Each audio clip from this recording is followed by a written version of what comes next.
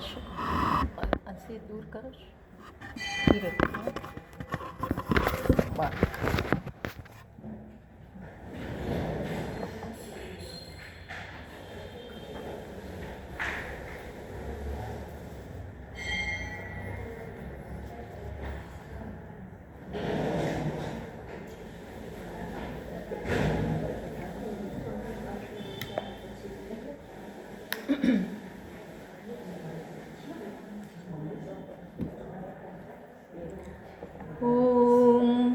सहना भवतु सहनौ भुनक्तु सह वीर्यं करवावहै तेजस्विनावधीतमस्तु मा विद्विषावहै.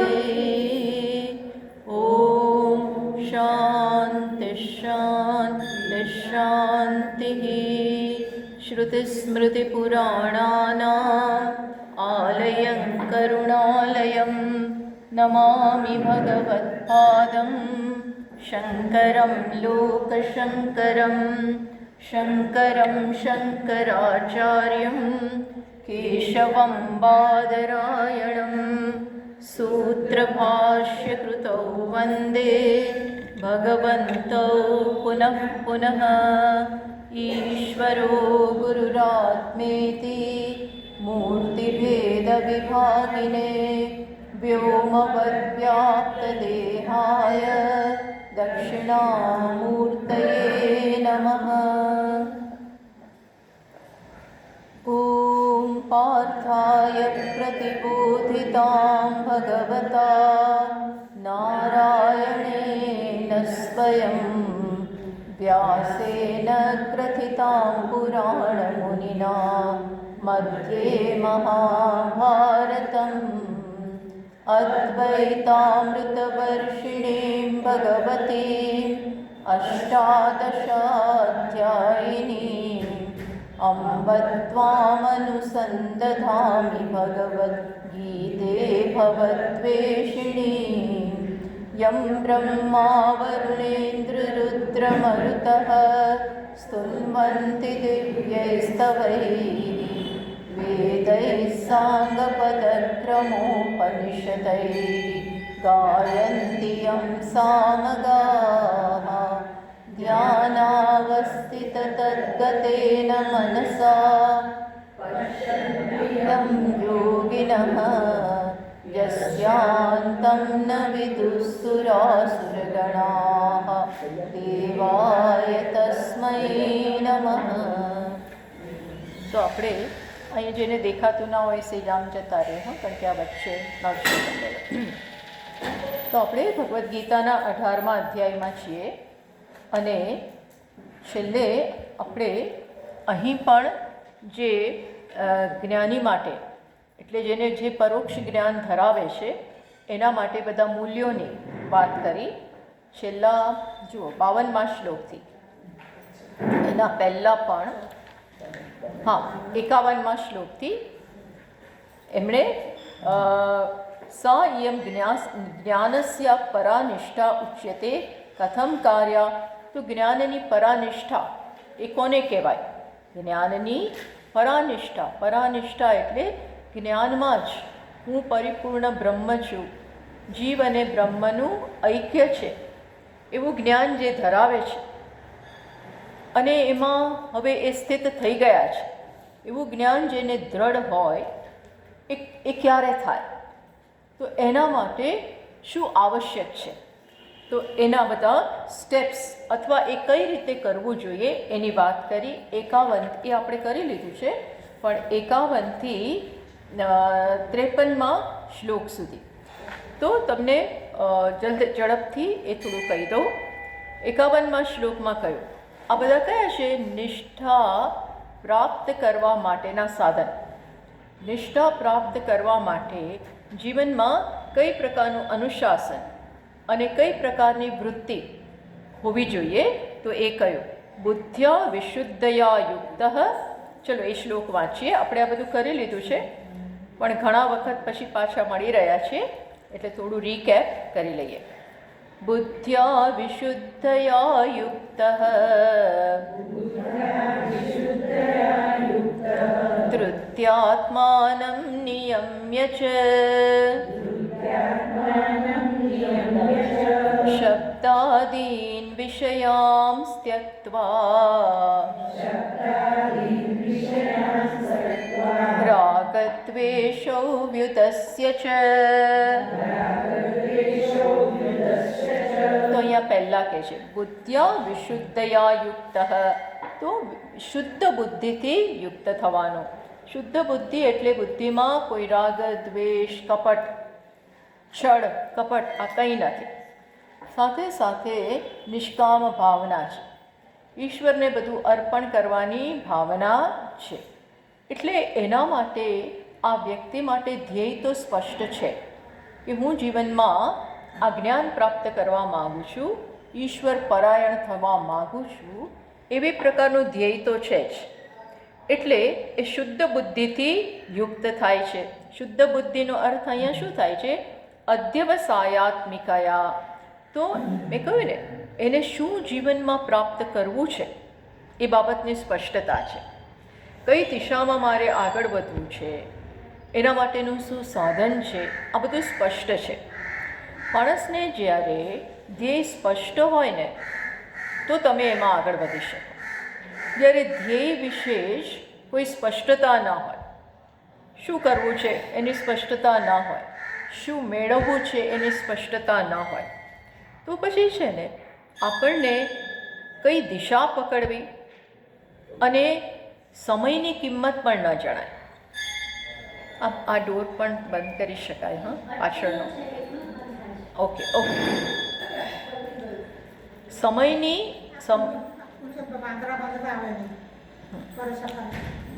તો સમયનું મૂલ્ય પણ ના હોય. સમય એની જાતે જતો રહેતો હોય, જે કરવાનું હોય એ રહી જાય.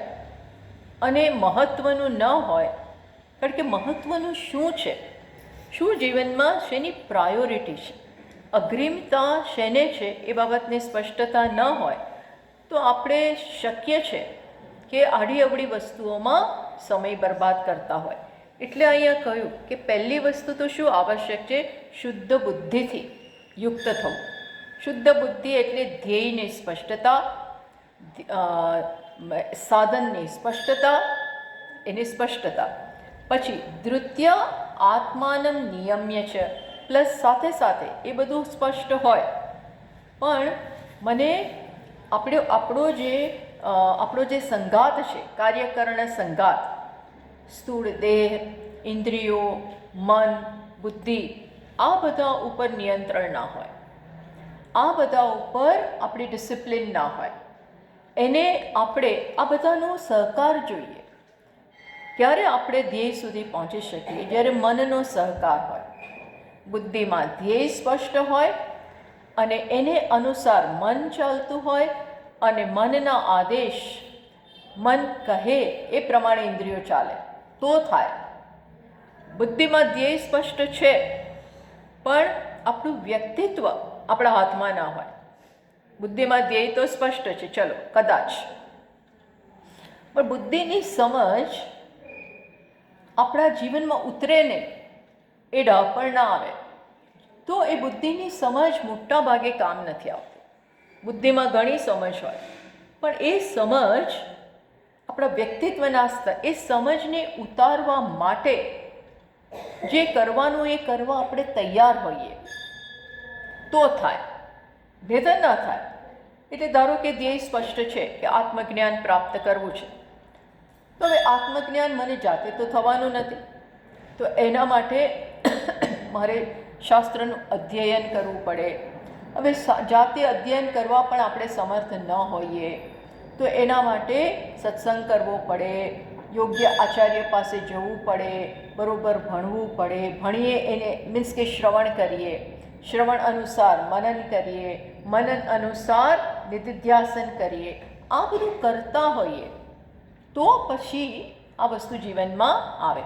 તો ટૂંકમાં ધૃતિ વડે, ધૈર્યથી પોતાના વ્યક્તિત્વ ઉપર, મન ઉપર જે નિયંત્રણ લાવે છે, આ પ્રકારના નિયંત્રણ વગર ક્યાંય, ડિસિપ્લિન વગર મારે જે બનવું છે, ઘણાને ક્રિકેટર બનવું હોય, પણ પછી ક્રિકેટ શીખવું પડે, કોચ રાખવો પડે, ક્રિકેટ રમવું પડે અને બતાવે એ પ્રમાણે પ્રેક્ટિસ કરવી પડે, ફિટનેસ લાવવી પડે, બધું કેટલુંય કરવું પડે.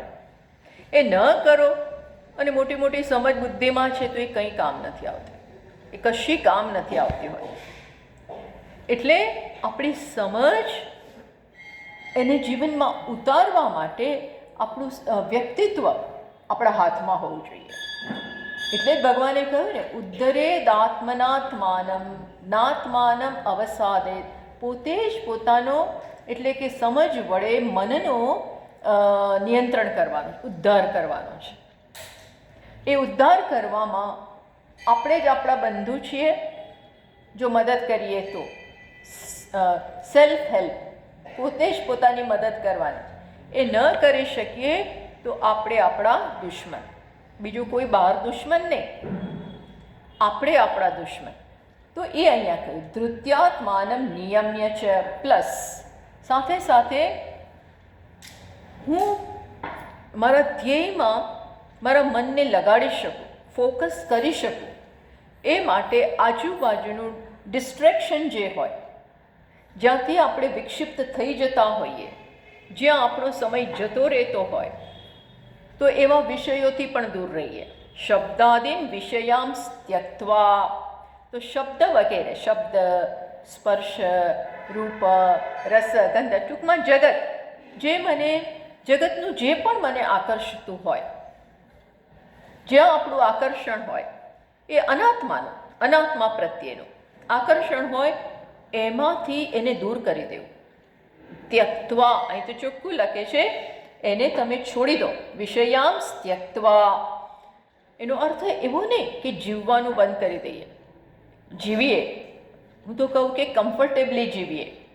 જે શરીરને જરૂરી છે, મનને એ બધું થોડું ઘણું આપીએ કમ્ફર્ટેબલી. મારી સાધનામાં મારી બોડીની, શરીરની ફિટનેસ જરૂરી છે, મનની ફિટનેસ જરૂરી છે, તો એ બધું કરવા માટે જે જરૂરી એ કરો, પણ પછી ધ્યેયથી ચ્યુત ના થાવ, એ પ્રકારનું અનુશાસન. એટલે જે છોડવું પડે એ વિષયો અને એવા બધા એન્ગેજમેન્ટ્સ, એવી આપણી જે બધી પ્રવૃત્તિઓ હોય, એ બધી છોડવાની તૈયારી. એટલે બધું નહીં, હંમેશ માટે નહીં, પણ ધારો કે બધા ગૃહસ્થો હોય તો હવે ગૃહસ્થને કેટલું છોડી શકે? એને જે અમુક કરવાનું હોય તો કરવું જ પડે ને, કરો. અહીંયા તો સંન્યાસીઓને અને આગળ વધેલા એવા સાધકોની વાત કરે છે, પણ આપણે જ્યાં હોય ત્યાંથી આગળ તો વધવાનું જ છે ને. જ્યાં છીએ ત્યાં આપણે કોઈ એક્સક્યુઝ ના બતાવી શકીએ કે હું તો અહીંયા છું એટલે હવે નહીં કરી શકું, તો મારો આ જન્મ એડે જ જાય. પછી હું આમ ના કરી શકું, તેમ ના કરી શકું, તો પછી આપણે ક્યાંય કરી જ નથી શકવાના. જ્યાં છીએ ત્યાંથી આપણે આપણા પ્રમાણે કટિબદ્ધ તો થવું જ પડે અને આગે કૂચ કરવી જ પડે. તો આપણા પ્રમાણે થોડું થોડું છોડતા જઈએ, સંપૂર્ણપણે નહીં. પહેલાં દરરોજ ક્યાંક જતા હોઈએ ને શોપિંગ ને આ ને તે ને પેલાની ખબર કાઢવાની, પેલાની ખબર કાઢવાની, બધું બહુ આપણો વિસ્તાર કરી દીધો હોય. તો થોડું થોડું ઓછું કરીએ, અત્યંત અનિવાર્ય હોય એ રીતે વી હેવ ટુ પ્લાન. આપણું પ્લાનિંગ આપણે કરવું પડે. હા, તો ચાલતા આપણે જતા રહીએ, હાલતા, કારણ કે મનને તો એ બધું ગમે જ છે. મનને બોર્ડમ અંદર છે, કંટાળો અંદર છે, એટલે આવા રસ્તા શોધતું હોય. એ આપણે આપ્યા જ કરીએ તો આપણી એક સોલિડ સાધના ન થઈ શકે. એટલે એ બધામાંથી મુક્ત કરીએ.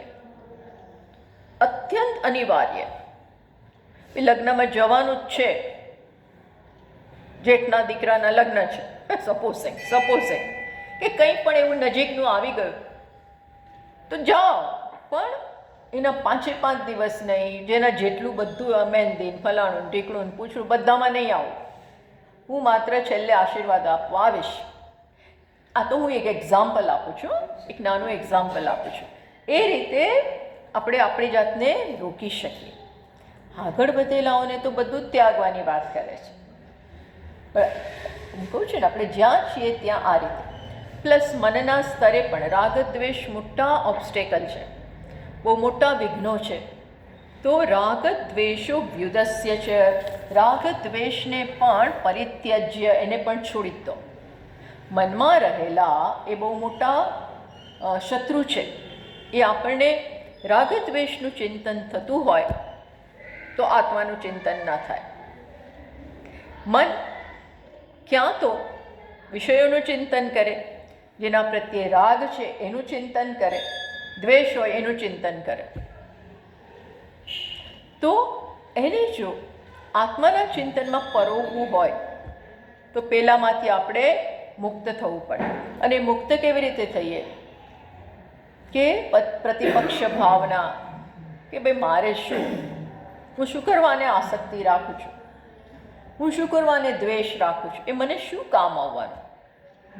એનાથી તો મારું જ મન બગડે છે, દ્વેષથી એ બગડે છે, રાગથી એ મારું મન બગડે છે. એમ કરી સમજાવતા જઈએ. પછી બીજું કયું 52મા શ્લોકમાં, આ આપણે બધું જોઈ ગયા છીએ પણ ઝડપથી રીકેપ આપણે કરી રહ્યા છીએ.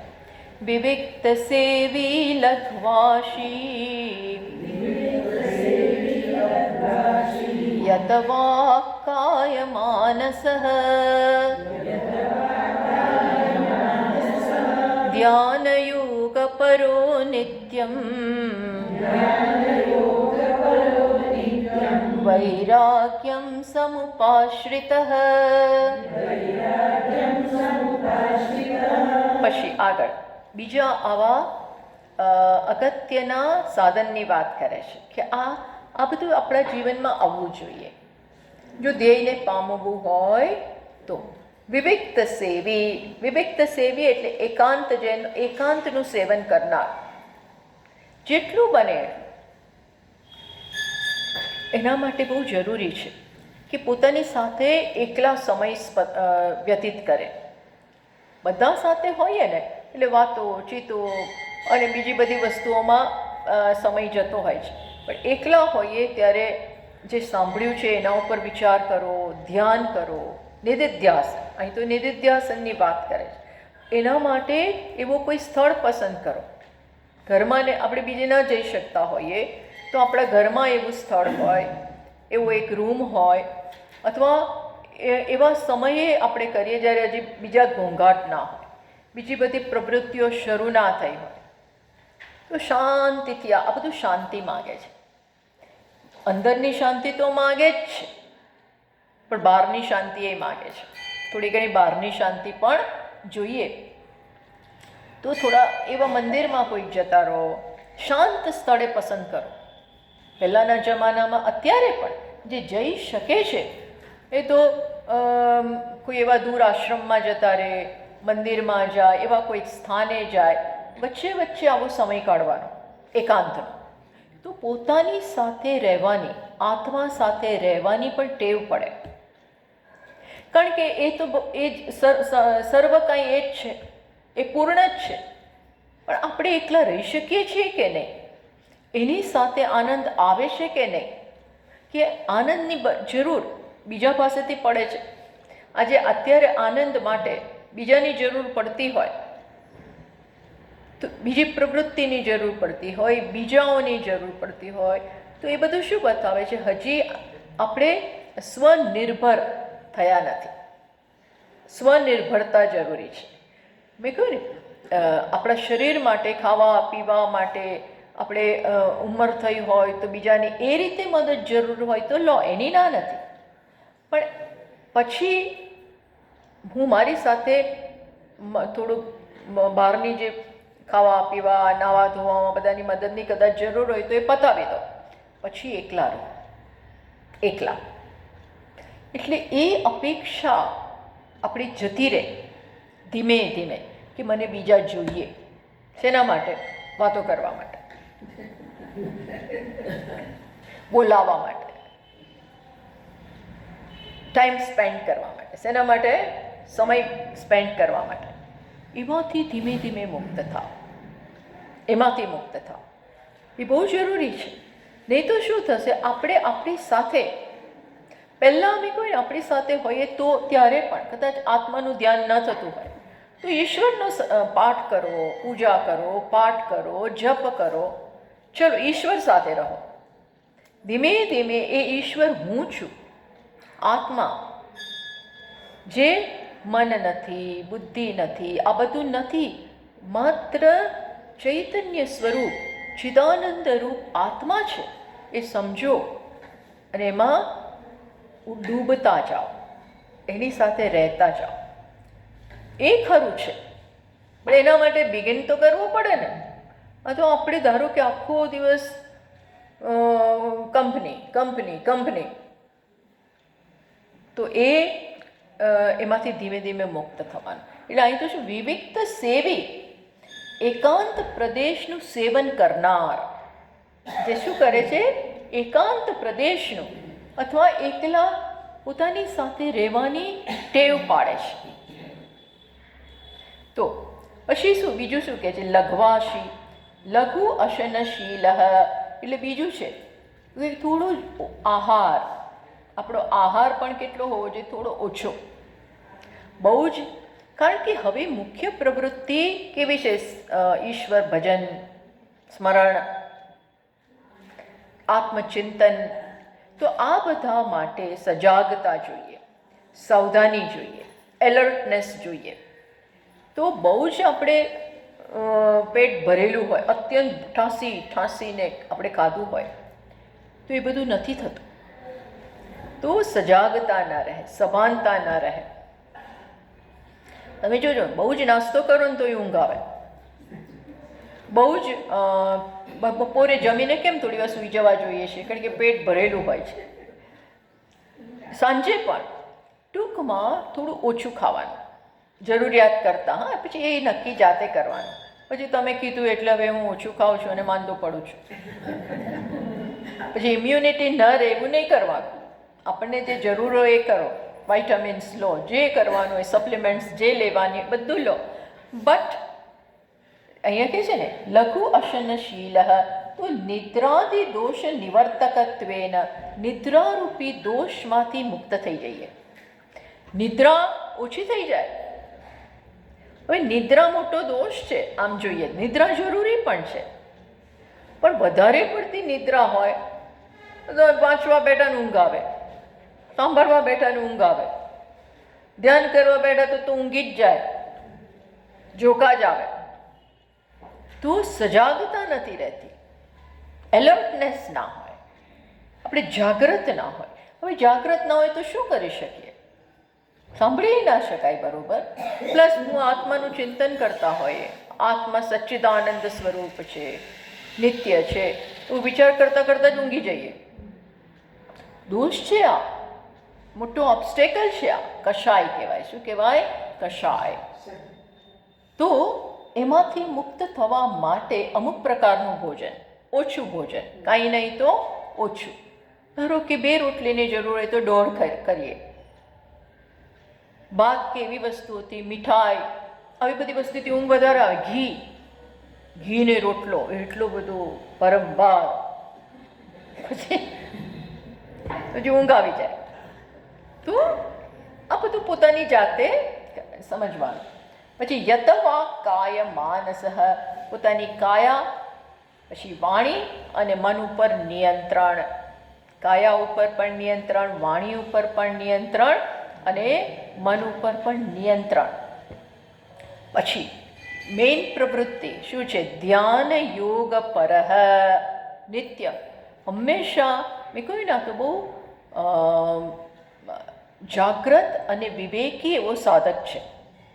એનું તો આ ધ્યેય સ્પષ્ટ છે. અને મુખ્યત્વે આ વ્યક્તિઓ થોડી સંન્યાસીઓ જ હોય. આવી વ્યક્તિઓ સંન્યાસી ન હોય તો પણ આપણે એવું આગ્રહ ન રાખીએ કે સંન્યાસ જ લેવો પડે, એવું જરૂરી નથી. પણ જ્યાં છીએ ત્યાં બનો સંન્યાસી, શરૂ કરો મનથી. તો મુખ્ય પ્રવૃત્તિ કઈ છે? ધ્યાન યોગ. ધ્યાનથી જોડાવવું. કોની સાથે? આત્મા સાથે. ધ્યાન યોગ ધ્યાનમ આત્મ સ્વરૂપ ચિંતનમ યોગ. અહીંયા આત્મના સ્વરૂપનું ચિંતન, એને યોગ કહ્યો. આત્મ સ્વરૂપ ચિંતન. આત્મા તો સમજો, આત્મા તો હું છું જ, પણ આજે આત્મા છું એવું જ્ઞાન નથી, ભૂલાઈ જાય છે. દેહ છું એવું જ આવી જાય છે, સ્ત્રી છું એવું જ આવી જાય છે, પુરુષ છું એવું જ આવી જાય છે. તો આપણે ફરી ફરી ટાઈમ મળે તો શું કરીએ? ધ્યાન. હું દેહ નથી, આત્મા છું. હું એક વ્યક્તિ નથી, આત્મા છું. હું અસંગ છું. આવું ફરી ફરી કરવાનું. આ જ મુખ્ય પ્રવૃત્તિ. એવા લોકોની વાત કરે છે અહીંયા જેની આ એક જ પ્રવૃત્તિ છે. હવે નિષ્ઠા માટે આ બહુ જરૂરી છે કે બધી જ વિપરીત ખ્યાલમાંથી આપણે મુક્ત થઈ જાય. કયા વિપરીત ખ્યાલો? હું શરીર છું, હું માતા છું. હવે આત્મા ને માતા ક્યાં ભેગા થાય? આત્મા માતા નથી, આત્મા પિતા નથી, આત્મા કશું જ નથી. આમાં કોઈ રોલ નથી. પણ એમાં ને એમાં 24 કલાક ગળા ડૂબ. તો એને તો અહીંયા તો કોની વાત કરે છે? જે બધું છોડીને આ જ કરે છે એની વાત કરે. આપણે બધું છોડીને ન કરીએ. ચલો, આપણે હજી એ તાકાત નથી.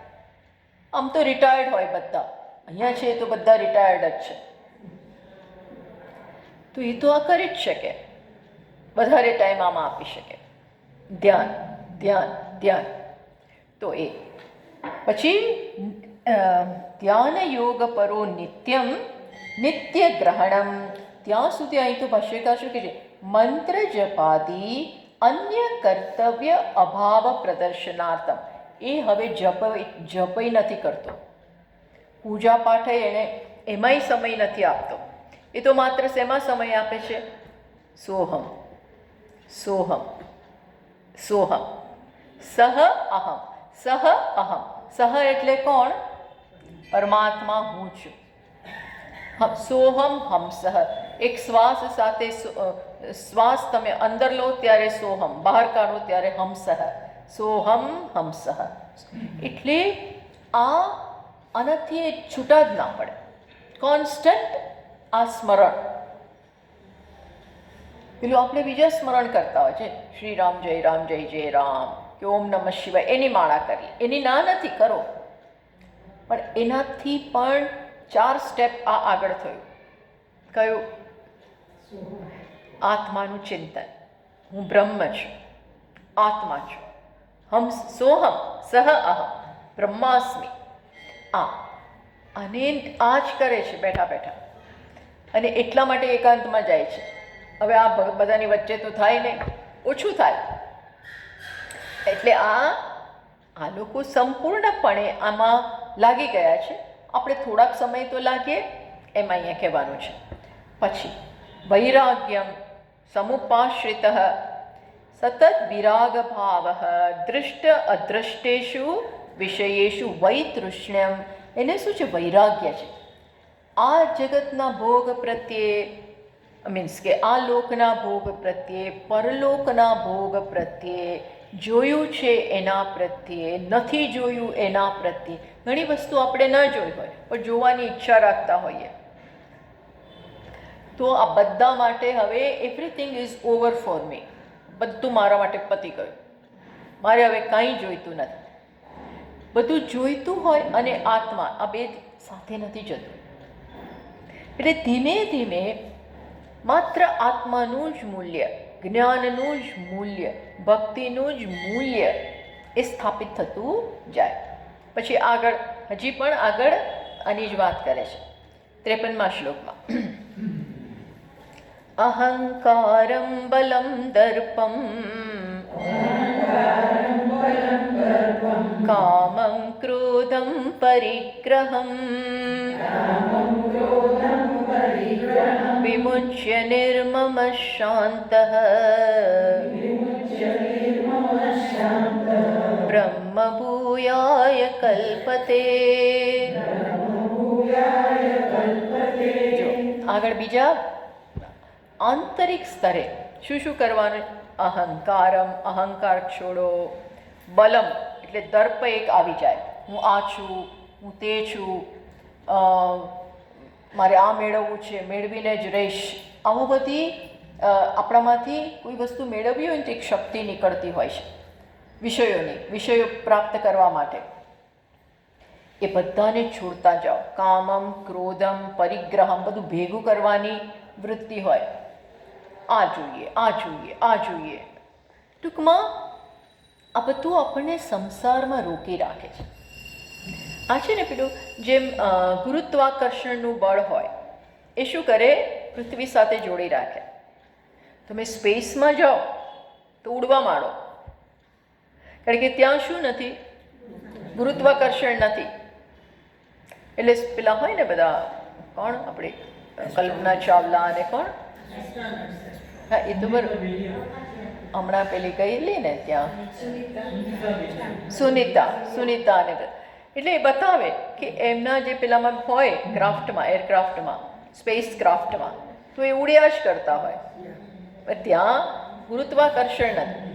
મારું કહેવાનું તો અત્યારે તાત્પર્ય એ છે કે સંસારમાં આ બધી વસ્તુ આપણને ખેંચે છે, આ બધું ખેંચી રાખે છે. તો જે ખેંચે છે એમાંથી મુક્ત થઈ જાઓ. એ આપણે અંદર જ જો મને શું શું ખેંચે છે, કરવું પડે કર્તવ્ય રૂપે એક વસ્તુ છે, પણ અંદરની આસક્તિ, આ સમંતા શક્તિ બહુ સારી રીતે જોડાયેલા છે. બધાની કેર કરવી એ એક વસ્તુ છે, સંભાળ લેવી એ એક વસ્તુ છે, પણ એમાં ખૂબી જવું અને એના પ્રત્યે રાગ હોવો, આસક્તિ હોવી એ જુદી વસ્તુ છે. તમે કેર કરો છો એ બંધન નહીં બને, એ તો પુણ્યનું કામ છે, પણ આસક્તિ જે છે એ રોકી પાડશે. એ રોકી પાડતી તો અહીંયા એ કહે છે કે કામમ, ક્રોધમ, પરિગ્રહમ તો ઇન્દ્રિય મનોગત દોષ પરિત્યાગે અપી. આપણને ઘણી બધી વસ્તુઓ મેળવવાની રાગ, આ બધાને છોડો, વિમુચ્ય, આ બધું છોડો. કેવા બનો, નિર્મમ, ત્યાં મમકાર નથી, અહંકાર નથી, શાંત. આવું જ્યારે વ્યક્તિત્વ થાય ત્યારે શેના માટે તૈયાર થયા, બ્રહ્મ ભૂયાય. બ્રહ્મ ભૂયાય એટલે શું, બ્રહ્મ ભવનાય, બ્રહ્મને સમજવા માટે, બ્રહ્મ બની રહેવા માટે. બ્રહ્મ તો છીએ જ, પણ આજે એનાથી ગામના ગામ દૂર જતા રહ્યા છે. બ્રહ્મ તો છીએ જ, બ્રહ્મ કંઈ બનવાનું નથી, પણ અત્યારે શું છે, એનાથી માઇલો દૂર છીએ. દૂરાજ સુદૂરે તદિહ અંતિકે છે. ઉપનિષદ એવું કહે છે કે તો અહીંનો અહીંયા છે, પણ આપણે એનાથી દૂરના દૂર છે. કેમ? અજ્ઞાન. પરિપૂર્ણતા હું છું એ જાણતા નથી, સ્વીકારી શકતા નથી, અનુભવી શકતા નથી, માટે ભાગીએ છીએ. એ શોધવા જે અહીંયા છે એને જ શોધવા બહાર જઈએ.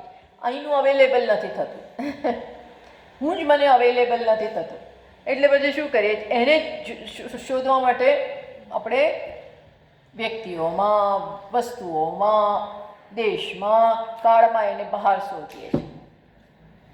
એટલે આ બધું જે કહ્યું અત્યાર સુધી, એ જો આપણામાં આવે તો બ્રહ્મ બનવા માટે, બ્રહ્મ સમજવા માટે, બ્રહ્મનો સ્વીકારવા માટે, બ્રહ્મના એટલે કે આત્મ સ્વીકારવા માટે તૈયાર થઈએ.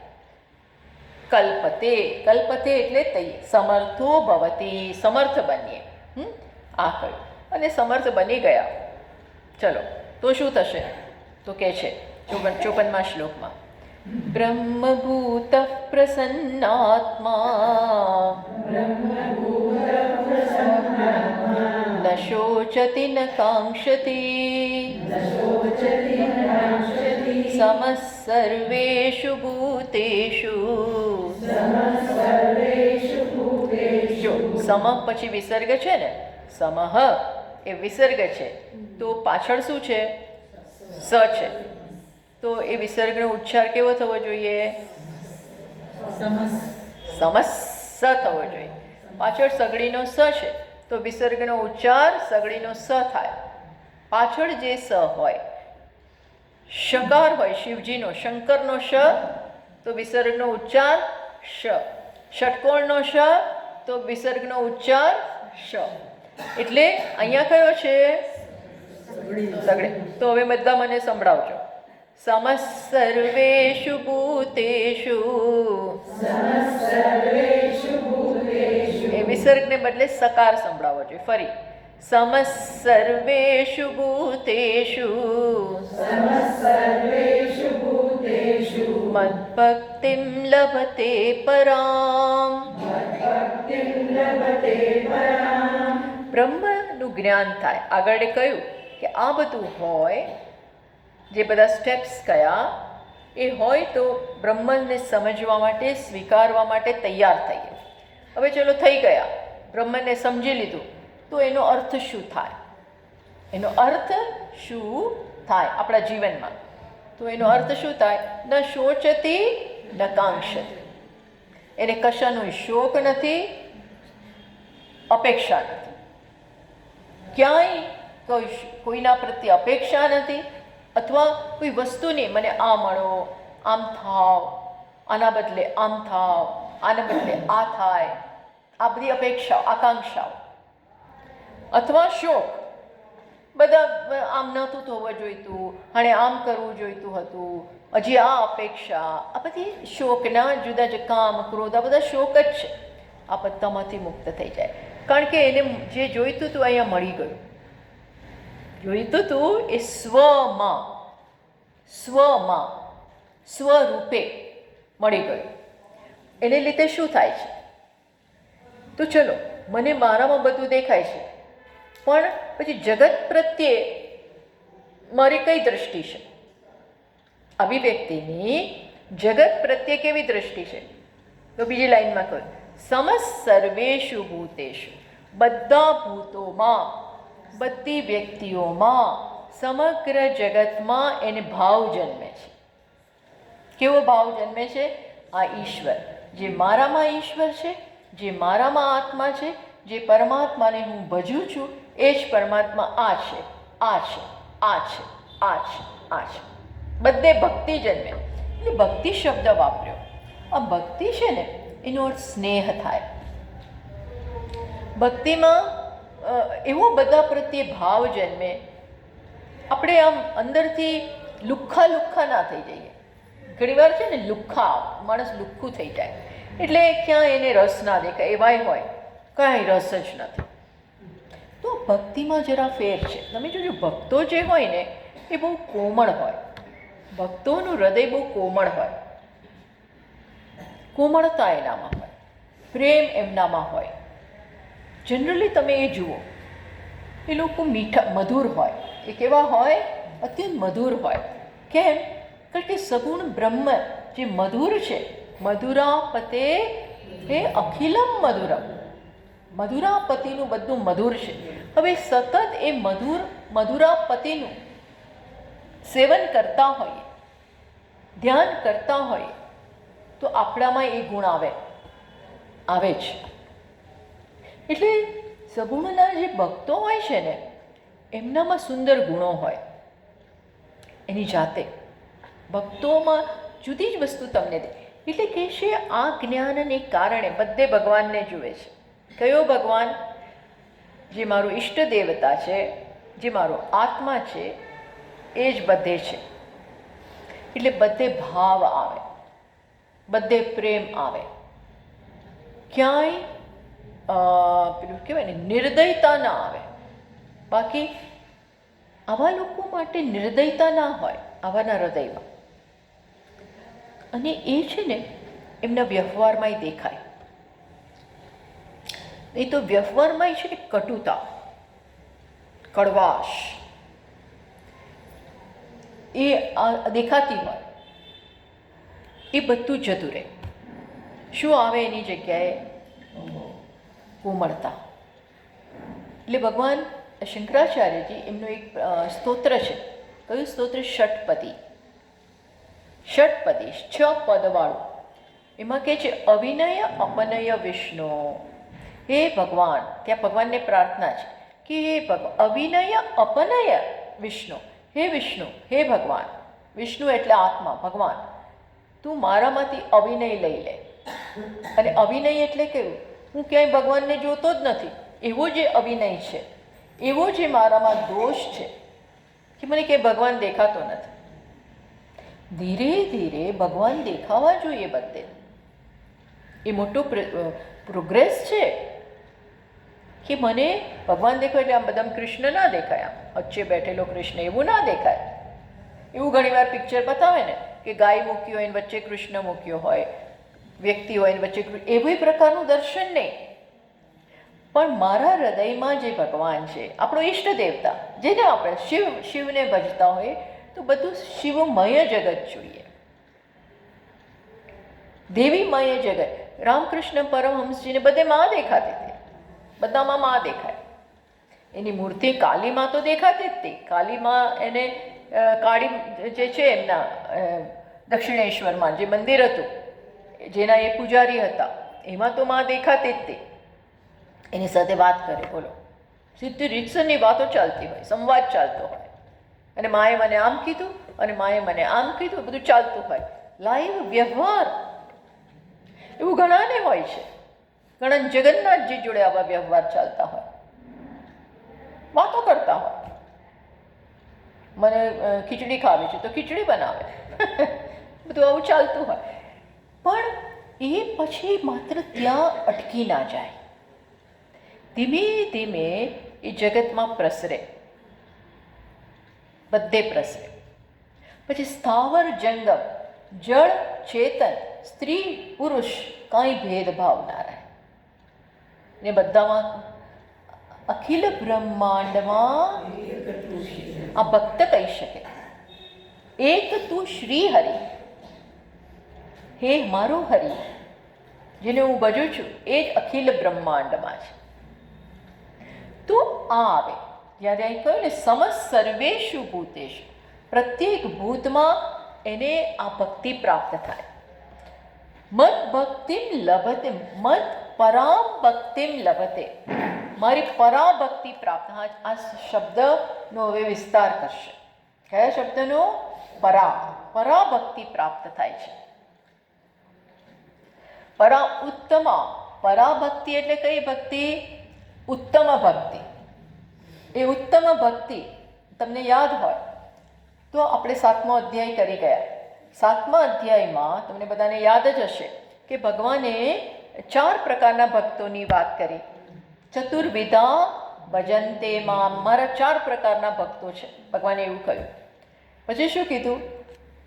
ભક્તો કયા 4? આર્તઃ, અર્થાર્થી, જિજ્ઞાસુ અને જ્ઞાની. બોલો, આ 4 કીધા.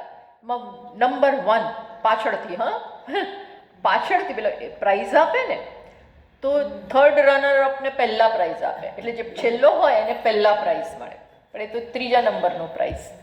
પછી 2nd વાળાને આવે અને પછી 1st. પણ નામ જાહેર થાય પાછળથી. એમ ભગવાન પાછળથી જાહેર કરે છે, મીન્સ કે પાછળનું છેલ્લા ક્રમમાં આવતાનું નામ પહેલું. એ કોણ? પાછળથી આવનારાનું નામ પહેલા. હવે બધાની કસોટી છે, બોલો કયો પહેલો આવે? જો એ શ્લોક યાદ કરવો જોઈએ. ચતુર્વિધા ભજન્તે મામ જના સુકૃતિનો અર્જુન, પુણ્યશાળી 4 પ્રકારના ભક્તો મને ભજે છે. કયા 4? આર્તઃ, જિજ્ઞાસુ, અર્થાર્થી, જ્ઞાની. તો જ્ઞાનીને છેલ્લો નંબર આપ્યો. પહેલો નંબર કોને આપ્યો? આર્તઃ. આ જે પહેલો છે ને એ છેલ્લો છે. પહેલો છે એ છેલ્લો. મેં કહ્યું ને 3rd પ્રાઇઝ મળતું એનું પહેલું નામ જાહેર કરે, બીજું પ્રાઇઝ મળતું એનું 2nd નંબર જાહેર કરે, અને પહેલું હોય ને એને છેલ્લો નંબર જાહેર કરે, મીન્સ કે એને છેલ્લે બોલાવે. નાઉ મિસ ઇન્ડિયા છેલ્લે આવે. પેલા બધા આવીને જતા રહે, એમને નાની નાની પ્રાઇઝ આપી દે, પછી આના તો મોટું ક્રાઉન પહેરાવે. એમ અહીંયા પણ સૌથી પહેલા 4th રનર અપ કોણ? આર્ત. એનું પહેલા પતાવ્યું. આર્ત એટલે જે તકલીફમાં ભજે, તકલીફમાં યાદ કરે. તકલીફ પડી એટલે ભગવાન યાદ આવી ગયા. સારું છે, ત્યાર તો યાદ આવ્યા. એટલે જ ભગવાન તકલીફ મોકલે છે. બાય ધ વે, કે આ તકલીફ મોકલું, એના એવા કર્મ હોય ને, પાપ કર્મને આગળ કરું તો આ મને યાદ કરશે, ને તો યાદ જ નહીં કરે. બધું પુણ્ય પુણ્ય, એટલે પાપને થોડા મૂકે વચ્ચે વચ્ચે, એ પાપ આપણને જગાડી જાય. અને શક્ય છે આપણે શું બની જઈએ? પરમ ભક્ત. એટલે પાપથી ગભરાવું નહીં. જીવનમાં તકલીફો આવે ને તો ગભરાવું નહીં. એ શું બતાવે છે ખબર છે? ભગવાન મને નોંધ લઈ રહ્યા છે અને આગળ કરવા માગે છે. રિયલી. ઓકે, પછી સેકન્ડ નંબર કોનો? અર્થાર્થી. આમ નંબર બોલ્યા જિજ્ઞાસુનો, પણ એ તો શ્લોકમાં છંદમાં બેસે ને એટલે. પણ સેકન્ડ નંબર કોનો છે? ત્રીજો નંબર, સોરી, ત્રીજો નંબર કોનો છે? અર્થાર્થી. સોરી, બીજો નંબર ના, ચોથો એટલે છેલ્લો, એ અર્થ. પછી ત્રીજો એટલે કોણ? અર્થાર્થી. છેલ્લો પ્રાઇઝ, ચોથા નંબરનું પ્રાઇઝ મળે આર્થને, ત્રીજા નંબરનું પ્રાઇઝ મળે અર્થાર્થી. અર્થાર્થી. અર્થાર્થી એટલે જેને કંઈક મેળવવું હોય, લોટરી લગાડવી હોય, પરીક્ષામાં પાસ થવું હોય, ઇન્ટરવ્યૂમાં પાસ થવું હોય, દીકરીને જોવા આવ્યા હોય અને આપણે એમ થાય આ હા પાડી દે તો સારું, આમ મૂર્તિઓ હા પાડી દે તો સારું. એના માટે હું શું કરું? શિવજી એક અભિષેક કરી દઈશ, અભિષેક કરી તો આ કયો ભક્ત થયો? અર્થાર્થી. એટલે આ ત્રીજા નંબરનો. હવે બીજા નંબરનો કોણ? જિજ્ઞાસુ. જિજ્ઞાસુ જાણવા માંગે છે, ભગવાન તું કોણ છે? Who are you? મારે તમને ઓળખવો છે. એટલે હવે એને સંસારની બહુ પડી નથી. એને શેની પડી છે? તમે કોણ છો? હવે હું તમને જાણવા માગું છું. એટલે અર્જુન કયા કેટેગરીમાં આવે? જિજ્ઞાસુમાં, એમાં આવે. એટલે આ ત્રણ પ્રાઇઝ પતી ગઈ. પછી ભગવાને સૌથી પહેલાં કોને કીધું સ્થાન આપ્યું? જ્ઞાની. જ્ઞાનીને ભક્ત કીધો. અને ભગવાને એવું કીધું આ મારો બેસ્ટ ભક્ત, મારો સર્વશ્રેષ્ઠ ભક્ત. જ્ઞાની તું આત્મૈવ મે મતમ. આ તો મારો આત્મા જ છે. કેમ? મને પોતાનાથી અલગ સમજતો નથી. નરસિંહ મહેતામાં આવે. શેમાં આવે? જ્ઞાની ભક્ત. મીરાબાઈ જ્ઞાની હતા, પણ નરસિંહ મહેતામાં જ્ઞાનને એટલું સોલિડ બતાવ્યું છે, સોલિડ વ્યક્ત થાય છે. અંતે તો હેમનું હેમ હોય. આ બધું એમાં સ્પષ્ટ નહોતું કે મીરામાં નહોતું એવું નહીં, પણ મીરામાં એમનું કૃષ્ણ પ્રત્યેનું એ પાર્ટ વધારે સોલિડ હતું, પ્રેમનું. જ્યારે એ પ્રિયતમ કે પતિ માનતી હતી એ, પણ નરસિંહ મહેતામાં તો ચોખ્ખે ચોખ્ખું જ્ઞાન અને એટલી સોલિડ ભક્તિ પણ છે. એનીવે, આપણે આ બધું કેટેગરી આપી શકીએ એમ નથી કોઈને, આપણે ના કરવી જોઈએ. પણ ટૂંકમાં એક એવો ભક્ત કીધો જ્ઞાનીને, ઉત્કૃષ્ટમાં ઉત્કૃષ્ટ ભક્ત કીધો. હવે અહીંયા આ છેલ્લા શ્લોકમાં આપણે જે પહોંચ્યા એમાં ભગવાને શું કીધું જુઓ જોઈએ. જે બધામાં મને જુએ છે અને એ કઈ ભક્તિ પ્રાપ્ત કરે છે? પરામ ભક્તિ. મદ પરામ ભક્તિમ લભતે. મારી પરાભક્તિને પ્રાપ્ત કરે છે. હવે વોટ ઇઝ ધીસ પરાભક્તિ? સાદી ભક્તિ નહીં. કઈ ભક્તિ? પરાભક્તિ. આ પરાભક્તિ એટલે જ્યાં ઈશ્વર અને મારા વચ્ચે કોઈ અંતર ના હોય. ઈશ્વરને આત્મ સ્વરૂપે જાણવો. આત્મ સ્વરૂપે એને જુદા જુદા નહીં રાખવાના. પણ હું આને કહેવાય પરાભક્તિ. તો હવે એની ચર્ચા કરે છે, એની વિસ્તાર કરશે. કયા શ્લોકથી? 55માં શ્લોકમાં. એનું શું રિઝલ્ટ છે? આવી ભક્તિ આવવી ભગવાન પ્રત્યે. ભલે ને ભગવાનને ફૂલ મૂકીએ, જળ ચડાવીએ, પણ કયા સ્વરૂપે છે? આત્મ સ્વરૂપે. આત્મા છે. આ મારો આત્મા છે. કૃષ્ણ મારો આત્મા, દેવી મારો આત્મા, શિવ મારો આત્મા. અમે અલગ નથી. એમાં અહંકાર નિર્મૂળ થઈ જાય. ધીમે ધીમે એકલો ભગવાન જ રહે. ખ્યાલ આવ્યો? એની વાત કરે છે 55માં શ્લોકથી, જે આપણે આવતા વખતે ત્યાંથી આગળ વધીએ, ભલે, કારણ કે એનું ભાષ્ય ઘણું બધું છે. ઓમ પૂર્ણમદ પૂર્ણમિદં પૂર્ણાત પૂર્ણમુદચ્યતે પૂર્ણસ્ય પૂર્ણમાદાય પૂર્ણમેવાવશિષ્યતે. ઓમ શાંત શાંત શાંતિ. શંકરં શંકરાચાર્યં કેશવં બાદરાયણં सूत्रभाष्यकृतौ वन्दे भगवन्तौ पुनः पुनः. ईश्वरो गुरुरात्मेति मूर्तिभेदविभागिने व्योमवद्व्याप्तदेहाय दक्षिणामूर्तये नमः. ॐ शान्त शान्त शान्तिः. हरिः ॐ श्रीगुरुभ्यो नमः. हरिः ॐ.